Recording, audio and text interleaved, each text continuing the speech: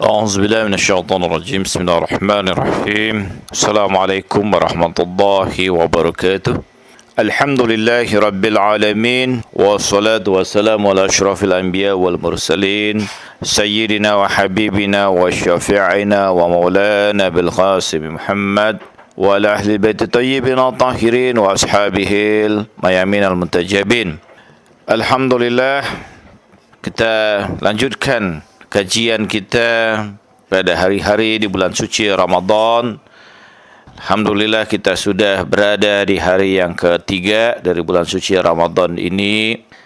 Satu anugerah yang sangat luar biasa kepada kita semua, bahwa kita diberkahi oleh Allah Subhanahu wa taala untuk berada menghiasi diri kita dengan kebaikan-kebaikan di bulan yang utama ini, bulan ampunan, bulan kasih sayang, bulan musim seminya Al-Quran. Kita lanjutkan pembacaan riwayat dari Imam Ja'far As-Shadiq dalam kitab Misbahus Syariah wa Miftahul Haqiqah, pelita syariat dan gerbang hakikat. Pada kajian kita kali ini, bahasan kita tentang niat. Niat pada intinya adalah apa yang terselip di hati kita ketika kita melakukan satu tindakan atau hendak melakukan satu tindakan. Qala Shadiq alaihi salatu wassalam, sahibun niyatus shadiqah, sahibul qalbis salim. Imam Shadiq mengatakan, pemilik niat yang benar, pemilik niatus shadiqah, niat yang jujur, niat yang benar, adalah pemilik hati yang tunduk, qalbus salim. Karena hati yang tunduk inilah yang berada dalam kebenaran, dalam kesesuaian antara apa yang ada di dalam hatinya dan apa yang ada muncul di luar. Orang pemilik hati yang tunduk ini, dirinya terlepas dari penguasaan syaitan, rasa was-was, dan keterikatan kepada sesuatu yang buruk. Lianna salamatal qalbi min hawajizil mahdurat tukhallisun niyatan lillahi ta'ala fil umuri kulliha. Keselamatan hati dari beragam kejelekan-kejelekan itu akan menyebabkan kemurnian niat kepada Allah dalam keseluruhan urusan. Jalaluddin Rumi mengatakan, air yang kotor yang keluar dari ceret menunjukkan air yang berada di dalam ceret itu adalah air yang kotor. Demikian juga air yang jernih yang keluar dari ceret itu menunjukkan air yang ada dalam ceret itu adalah air yang jernih. Demikianlah niat yang tulus, niat yang ikhlas, itu karena hatinya dalam keadaan baik, hatinya dalam keadaan sehat. Tetapi kalau hati itu ada penyakit di dalamnya, bagaimana mungkin niat yang keluar itu adalah niat yang tulus, niat yang ikhlas, niat yang kadang sesungguhnya mungkin menunjukkan tindakan-tindakan yang baik, tapi itu berangkat dari tujuan yang jelek. Kenapa? Karena memang hatinya berada dalam keadaan yang rusak. Sebagaimana Imam Ali Zainal Abidin mengatakan bahwa likulli ibnu Adam lahu nuqtatul baida. Pada setiap teradab itu ada titik berwarna putih di dalam batinnya. Fa iza aznaba faqad zaharat min tilkal baida as-sauda. Kalau dia melakukan dosa, maka keluarlah titik hitam di dalam titik putih tersebut. Faman taba fazalat zalika sauda. Kalau orang itu bertobat, maka sirnalah titik hitam itu. Faman aznaba wa aznaba faqad ghalazat tilkal bayda bisauda fala yarju minhu khairan abadan. Kalau dia terus saja melakukan dosa demi dosa, maka tertutupilah titik putih itu dengan titik hitam, maka jangan kamu harapkan darinya kebaikan selama-lamanya. Mungkin dia melakukan kebaikan, tapi tujuan, niat, motif dari kebaikan itu adalah keburukan. Qala Allah Azza wa Jalla, sebagaimana Allah Subhanahu wa taala berfirman pada surah Asy-Syu'ara ayat 88, "Yauma la yanfa'u malun wala banun illa man atallaha biqalbis salim." Pada hari tidak lagi bermanfaat harta maupun keturunan kecuali mereka yang datang kepada Allah dengan hati yang tunduk, yaitu mereka yang di hati mereka itu ada banyak penyakit, maka seluruh apa yang menjadi tindakan mereka menjadi tidak berguna di sisi Allah Subhanahu wa taala. Kenapa? Karena itu pasti keluar dari niat-niat yang buruk. Wa qala Nabi sallallahu alaihi wa alihi, niyatul mu'min khairum min amalihi. Bahkan Rasulullah sallallahu alaihi wasallam bersabda, niat orang yang beriman itu lebih baik bahkan dari amalnya. Kenapa? Karena amal yang diikuti dengan keikhlasan, ikuti dengan niat yang tulus, maka amal itu bermanfaat. Tetapi kalau bahwa perbuatan itu sebesar apapun dilakukan, tapi bukan dengan niat yang tulus, niat karena Allah Subhanahu wa taala, maka itu menjadi sesuatu yang tidak bermanfaat. Jadi niat dalam konteks ini bahkan bisa lebih baik dari amal. Ada kalanya kita sudah berniat untuk melakukan sesuatu kebaikan, tapi karena kendala, hal tertentu dan sebagainya, maka kita tidak dapat melakukannya. Kita semua berniat misalnya menunaikan ibadah haji, tapi karena kita harus mendaftar dan proses panjang sampai dengan 20-30 tahun yang akan datang, dan kita belum sampai untuk melaksanakan itu, tapi Allah sudah memanggil kita, maka dalam konteks itu niat lebih baik dari apa yang dilakukan. Allah sudah mencatat dia dengan seluruh tindakan atau nilai-nilai haji itu kepadanya, walaupun dia belum sampai melaksanakannya. Karena itulah Rasulullah mengatakan bahwa niatul mukmin khairum min amalihi, bahwa niat seorang mukmin itu lebih baik dari amal-amalnya. Kita berusaha untuk menghidupkan hati kita, menundukkan hati kita di hadapan Allah Subhanahu wa taala dengan keseluruhan usaha kita, maka akan keluarlah, memancarlah kebaikan-kebaikan, niat-niat yang tulus, rasa empati, karena hati yang hidup itu akan merasakan beragam hal dengan kebaikan. Bahkan hati yang hidup itu adalah hati yang sangat halus, padanya ada cahaya ilahi, sehingga dia merasakan kesulitan orang lain, derita saudaranya, sahabatnya. Sebelum mereka sampai mengungkapkan persoalannya, hati seorang mukmin itu sudah bergetar untuk membantu saudaranya. Wa qala al-a'malu binniyat wa likulli imri'in ma nawa. Sebagaimana hadis Rasulullah SAW bahwa seluruh amal itu dengan niat. Setiap tindakan itu sesuai dengan apa yang diniatkan. Kalau diniatkan untuk Allah Subhanahu wa taala, betapapun kecil tindakan itu akan menjadi bernilai di hadapan Allah Subhanahu wa taala. Tapi kalau bukan diniatkan kepada Allah Subhanahu wa taala, betapapun luar biasa tindakan yang dikerjakan, itu menjadi sesuatu yang sia-sia. Karena itu ada hal menarik juga terkait dengan hal ini. Kita tidak segera bisa menghukumi seseorang berdasarkan zahirnya. Ada orang yang luar biasa kita lihat membagi-bagikan uangnya di jalanan, padahal sesungguhnya itu dalam tujuan untuk menipu banyak orang. Tapi ada orang yang mungkin sekedar berbagi sedikit apa yang dia miliki, tapi sesungguhnya itu sangat bernilai karena dilakukan dengan ketulusan, dengan seluruh dasar perkhidmatannya kepada Allah Subhanahu wa taala. Atau ada orang yang memang tidak melakukan, tetapi karena dia tidak dapat melakukannya karena kekurangan dirinya sendiri, tapi dia mendoakan.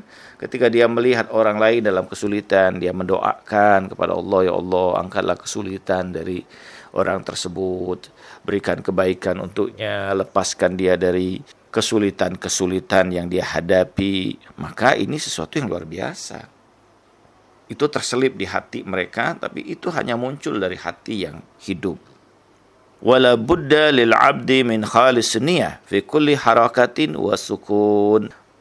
Sudah seharusnya Imam mengatakan bahwa harusnya seorang hamba itu memiliki niat yang tulus, niat yang ikhlas pada setiap geraknya dan pada setiap diamnya. Karena hati kita ini adalah inti dari diri kita. Segala apapun yang terjadi, yang keluar dari dalam diri kita sebenarnya berasal dari hati kita. Hati yang hidup, hati yang sehat itu akan membawa kebaikan pada seluruh diri kita, pada seluruh kehidupan kita. Tapi hati yang sakit, yang akan muncul ada kekacauan dan kerusakan. Karena itu Allah mengatakan fi qulubihim maradun. Allah menisbahkan bahwa pada hati mereka itu ada penyakit. Dan menariknya bahwa kita diminta untuk memperbaiki hati kita ini. Karena itu hal yang sangat penting dan sangat mendasar. Itulah yang mempengaruhi keseluruhan bagian diri kita, bagian kehidupan kita. Dan kadang orang yang sudah sakit hatinya itu, dia tidak merasakan bahwa dia sedang dalam keadaan sakit. Ini perbedaannya.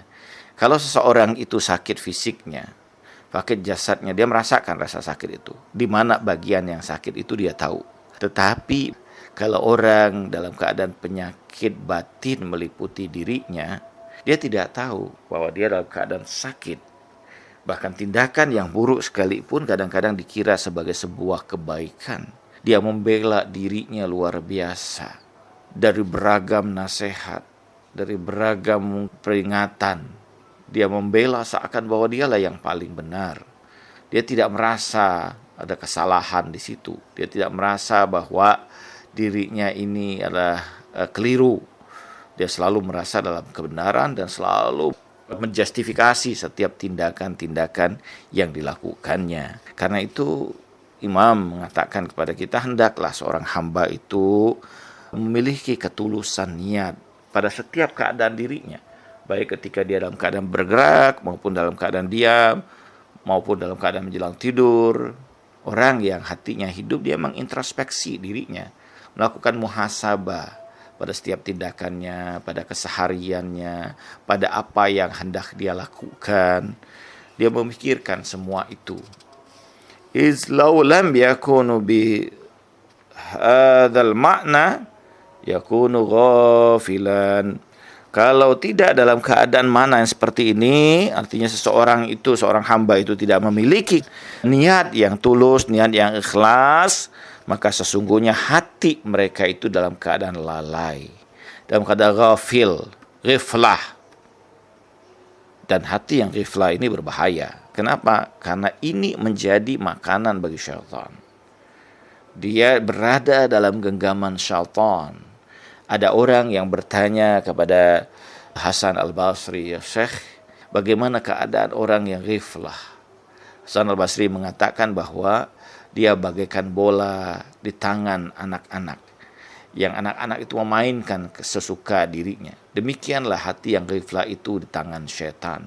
Dia bagaikan mainan di tangan seorang anak. Syaitan memainkan dirinya, mengombang-ambingkannya, memberikan rasa tidak bersalah, menjustifikasi tindakan yang buruk padanya. Wal ghafilun qad wasafahumullah biqaulihi in hum illa ka'al'am bal hum adallus sabila.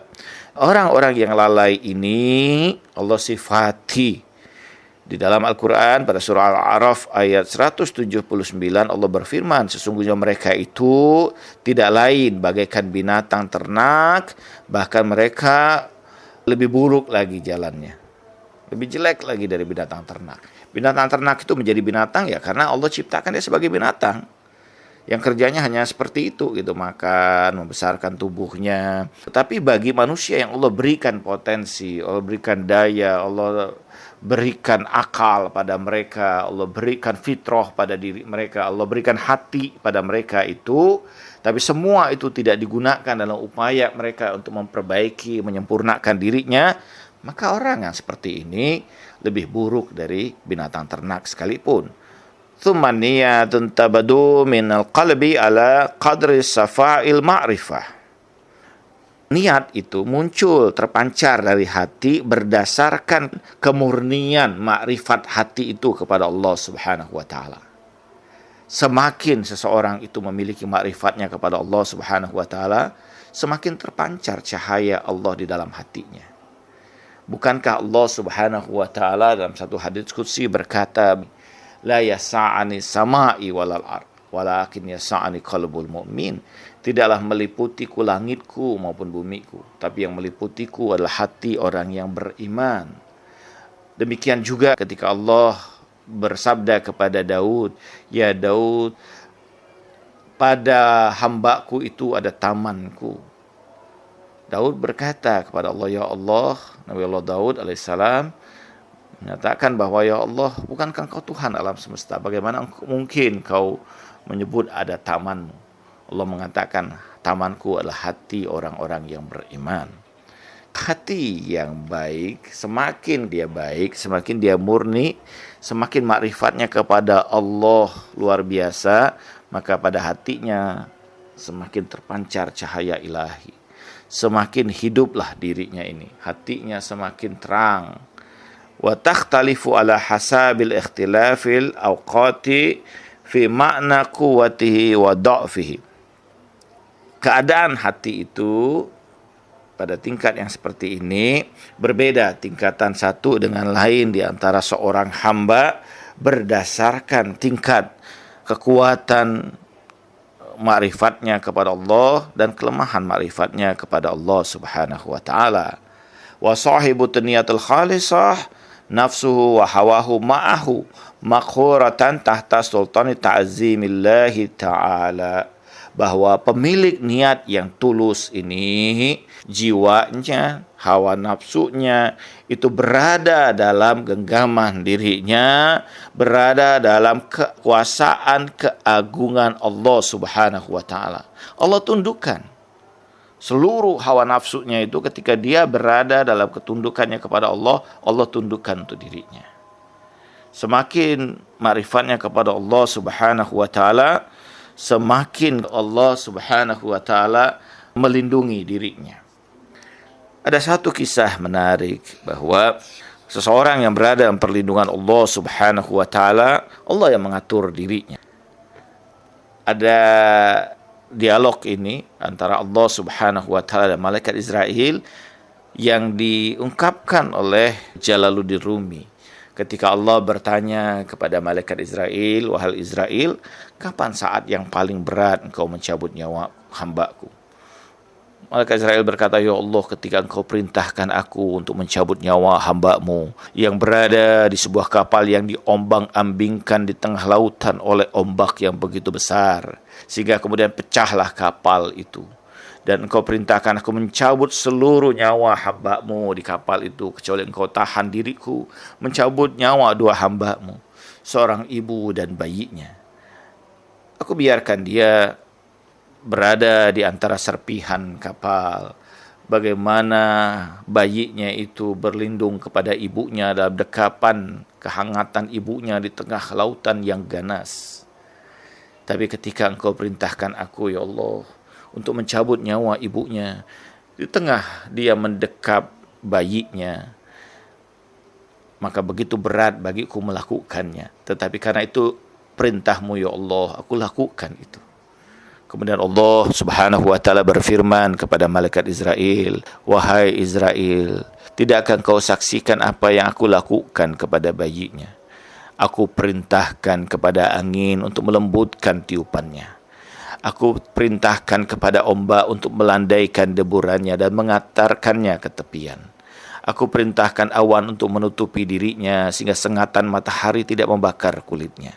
Aku perintahkan kepada bunga-bunga untuk menutupi tubuhnya sehingga tetes-tetes hujan tidak membasahi kulitnya. Aku perintahkan kepada binatang untuk menjauhi dirinya supaya tidak mengganggu tidurnya. Wahai Israel, itulah yang aku lakukan pada hamba-hambaku yang berada dalam kekuasaanku. Ketika kita dalam upaya kita bermakrifat pada Allah Subhanahu wa taala, menyerahkan, mempersembahkan dan menggantungkan diri kita kepada Allah, Allah yang akan memperlakukan kita dengan kekuasaan yang luar biasa. Allah jauhkan, Allah tundukkan hawa nafsu itu kepada diri kita semua. Imam Shadiq juga mengatakan, ihzaru ahwa'akum kama tahzaruna a'da'akum, falaysa syai'un a'da lirrijali min ittiba'i ahwa'ihim. Jauhkanlah diri kamu dari hawa nafsu kamu sebagaimana engkau menjauhkan dirimu dari musuh-musuhmu. Tidaklah musuh yang paling utama bagi seseorang itu kecuali mengikuti hawa nafsunya. Kemudian Imam Ja'far mengatakan, wal haya'u minhu, maka muncullah rasa malunya di hadapan Allah Subhanahu wa taala, rasa sadar akan dirinya di hadapan Allah Subhanahu wa taala. Wa huwa min tabihi wa syahwatihi wa muniyatihi, dan itu adalah memunculkan keadaan diri dia selalu merasa dalam pengawasan sehingga dia malu kepada Allah Subhanahu wa taala, dan menjadikan niatnya itu sebagai niat yang tulus, sebagai bagian dari tabiat dirinya, dan syahwatnya berada dalam kendalinya dengan pertolongan Allah Subhanahu wa taala. Dia berada dalam niat yang selalu muncul ketulusan niat di dalam hatinya karena muncul dari air yang jernih, dari hati yang jernih. Nafsuhu minhu fit ta'ab wa nasu minhu fir roha. Dalam keadaan ini, dalam perjuangan kehidupannya yang luar biasa, jiwanya, nafsunya itu menjadi lelah karena dirinya, dan manusia menjadi tenang karena kehadiran dirinya. Ini satu pernyataan yang luar biasa. Imam mengatakan, nafsuhu minhu fi ta'ab wa nasu minhu fi roha. Hawa nafsunya menjadi lelah karena dirinya, dan manusia menjadi tenang karena kehadirannya. Kehadiran orang soleh membawa ketentraman, membawa kebaikan. Dan untuk mencapai derajat itu, dia harus berjuang luar biasa untuk melelahkan dirinya, melelahkan hawa nafsunya. Sebagaimana Imam Ali alaihissalam mengatakan bahwa syaitan itu putus asa dariku, karena dia tidak lagi punya jalan, karena Imam Ali sudah begitu luar biasa merendahkan hawa nafsunya, mengikat hawa nafsunya.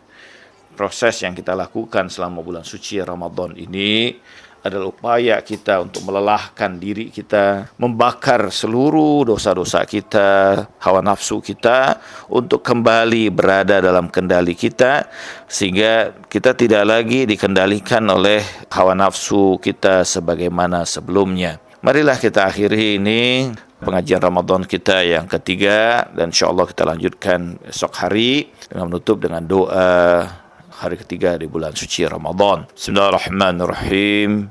Allahumma rzuqni fihi zihna wa tanbih wa ba'idni fihi minas safahati wa tamwiyah. Waj'al nasiban min kulli khairin tunzilu fihi bijudika ya ajwadal ajwadin. Ya Allah, anugerahkanlah padaku hati yang selalu sadar dan terjaga, dan jauhkan aku dari kehinaan dan kerendahan. Ya Allah, jadikan nasibku pada setiap keadaan masuk dalam setiap kebaikan yang diturunkan. Demi kedermawananmu, wahai yang paling dermawan di antara yang dermawan. Ya Allah, baikkanlah keadaan kami. Wa sallallahu ala sayyidina Muhammadin wal tahirin walhamdulillahi rabbil alamin. Wassalamualaikum warahmatullahi wabarakatuh.